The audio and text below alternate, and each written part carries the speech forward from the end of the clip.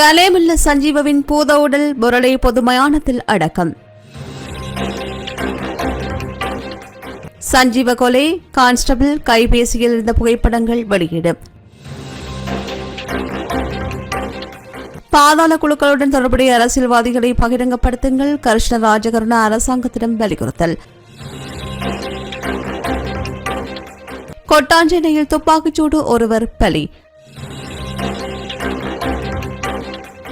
தொடர்ந்தும் அவதானம் செலுத்த வேண்டிய நிலையில் நிதியியல் ஸ்திரத்தன்மை, அச்சுறுத்தல் தொடர்வதாக ஃபிட்ச் ரேட்டிங் எச்சரிக்கை. எல்லை தாண்டும் இந்திய இழுவை படகு விவகாரம் தடுத்து நிறுத்துமாறு கோரி 27ஆம் தேதி யாழ்ப்பாணத்தில் போராட்டம். வடக்கு கிழக்கு மாகாணங்களுக்கு மழை, மீனவர்கள் அவதானம், பிரதீப் ராஜா எச்சரிக்கை.